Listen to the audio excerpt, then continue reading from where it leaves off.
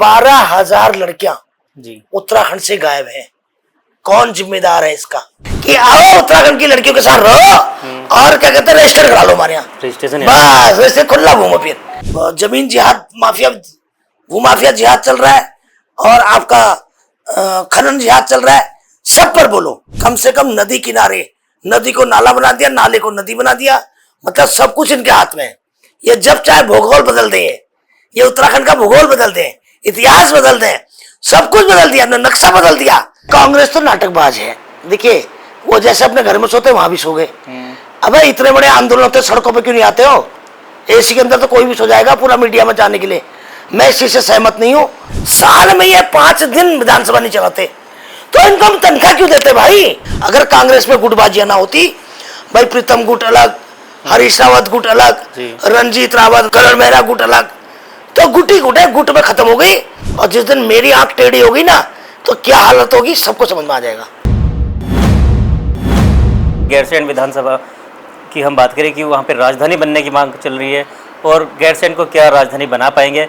और अभी जैसे कि विधानसभा सत्र भी चला था गैरसैंण का, उस पर भी हम बातचीत करने वाले कि कांग्रेस वालों ने आखिर धरना क्यों दिया, क्योंकि राज्य आंदोलनकारी है। उत्तराखंड की बेटी भावना पांडे इस वक्त हमारे साथ में है। वह जी अभी हमने देखा कि गैरसैंण में जो अभी सत्र चला था बहुत सारे मामले उठे, बहुत सारी बातें उठी, लेकिन ऐसा क्या कांग्रेस वालों को उसी के अंदर सोना पड़ा, धरना भी? देखिए कांग्रेस तो नाटकबाज है। देखिए वो जैसे अपने घर में सोते वहां भी सो गए। अबे इतने बड़े आंदोलन होते सड़कों पे क्यों नहीं आते हो? एसी के अंदर तो कोई भी सो जाएगा पूरा मीडिया में जाने के लिए।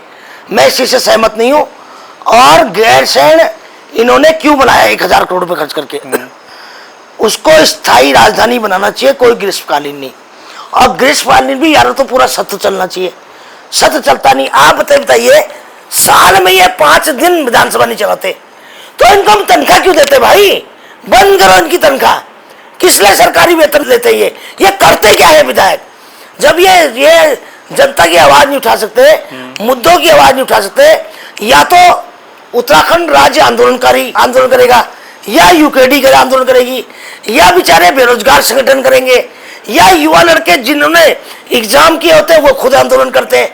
तो ये अपोजिशन करती क्या है? उस समय क्यों नहीं खड़ी होती उनके साथ? हर मुद्दों पर नहीं होते। तो ये बड़े दुर्भाग्य का विषय है और इसलिए इस उत्तराखंड राज्य का हालत जिम्मेदार कांग्रेस भी है। जो 10 साल बीजेपी आ गई है इसकी जिम्मेदार कांग्रेस है। अगर कांग्रेस में गुटबाजियां ना होती, भाई प्रीतम गुट अलग, हरीश रावत गुट अलग, रंजीत रावत, करण मेहरा गुट अलग, तो गुट ही गुट है, गुट में खत्म हो गई। और मुझे तो लगता है ये कांग्रेस के लोग जो है ना बीजेपी के स्लीपर सेल है और ये उनके पैरोल पे काम करते हैं। सबको ढामी खुश रखता है, सबके काम करता है, ठेके चलते हैं, इनके काम चलते हैं, लाइजनिंग चलती है, इसलिए ये धामी के खिलाफ कोई आवाज नहीं उठाता। एक अकेले में हूँ और मुझ पर मुकदमे करते हैं। मुकदमे में लगा दिया, लगने दो। ये छोटे छोटे ये टुच्चे भर के मुकदमे से फर्क नहीं पड़ता मुझे। लगाओ कितने लगाओगे, दम है मुझ में। और जिस दिन मेरी आंख टेढ़ी होगी ना तो क्या हालत होगी सबको समझ में आ जाएगा। अभी हम देख रहे हैं कि अभी तो भाजपा की सरकार है, लेकिन कांग्रेस की सरकार मान लीजिए फिर आ जाएगी, फिर भाजपा वाले कांग्रेस पे लगाते रहेंगे एलिगेशन, तो जो उत्तराखंड का विकास है वो कहाँ दबा रहेगा? अब तो देखिए उत्तराखंड रहा ही नहीं। तमाम बाहरी भूमाफियाओं ने आधा उत्तराखंड कब्जा कर लिया, आप शराब माफियाओं ने कब्जा कर लिया, खनन माफियाओं ने कब्जा कर लिया। हमारे उत्तराखंड में सिर्फ 2 ही चीज बची हैं, या तो आदमी आत्महत्या करे, या लड़कियों का रेप हो, लड़कियां मारी जाए, और या पहाड़ों में जानवर। और इतना बुरा हाल है पहाड़ों में लोग या तो आपदा में मरेंगे या भूखे मरेंगे। जानवर, जंगली जानवर और तमाम जंगली जानवर, गीदड़, सुअर, सब तमाम खेतों को खा जा रहे हैं चूहे। और उसके बाद जाके बचा खुचा जो है जंगल काट के इन्होंने सब जितने होम स्टे थे, जितने माफिया थे बाहर के, उनको दे दी जगह। और वो होम स्टे भी क्या है, सारे मानक इन्होंने खत्म कर दिए। आप देखे ना, कम से कम नदी किनारे, नदी को नाला बना दिया, नाले को नदी बना दिया, मतलब सब कुछ इनके हाथ में है। ये जब चाहे भूगोल बदल दें, ये उत्तराखंड का भूगोल बदल दें, इतिहास बदल दें, सब कुछ बदल दिया, नक्शा बदल दिया, सब कुछ बदल दिया। आज 12,000 लड़कियां उत्तराखंड से गायब हैं। कौन जिम्मेदार है इसका? कौन जिम्मेदार है इसका? मैं देखती हूँ, एक दिन मैंने देखा गाजियाबाद में एक मेरे पड़ोस में कोई गुजर आंटी शिफ्ट हुई, उसकी एक बड़ी सुंदर सी लड़की, मासूम सी। मैं कहा की है? बोली कब कोर्ट की हो, मैं क्या करती है?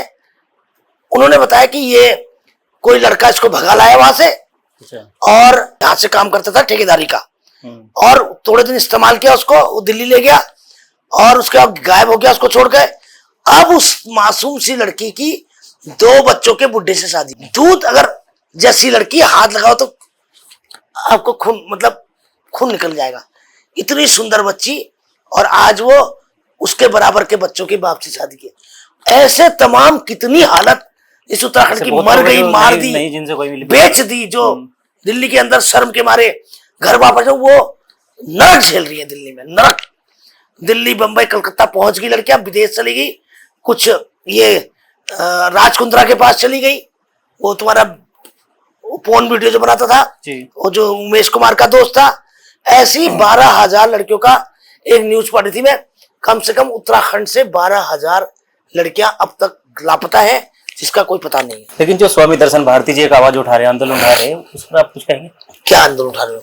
आज उन्होंने क्या है कि जो जिहाद चल रहा है, लैंड जिहाद, लव जिहाद, उनको तो एक ही जिहाद दिखाई देता है, उनको तो अपनी सरकारी सुरक्षा चाहिए। अरे लव जिहाद, लैंड जिहाद, तुम जरा भारती जी आपदा पे बात करो, जरा सीएम के खिलाफ भी बोलो, जरा पुलिस के खिलाफ भी बोलो।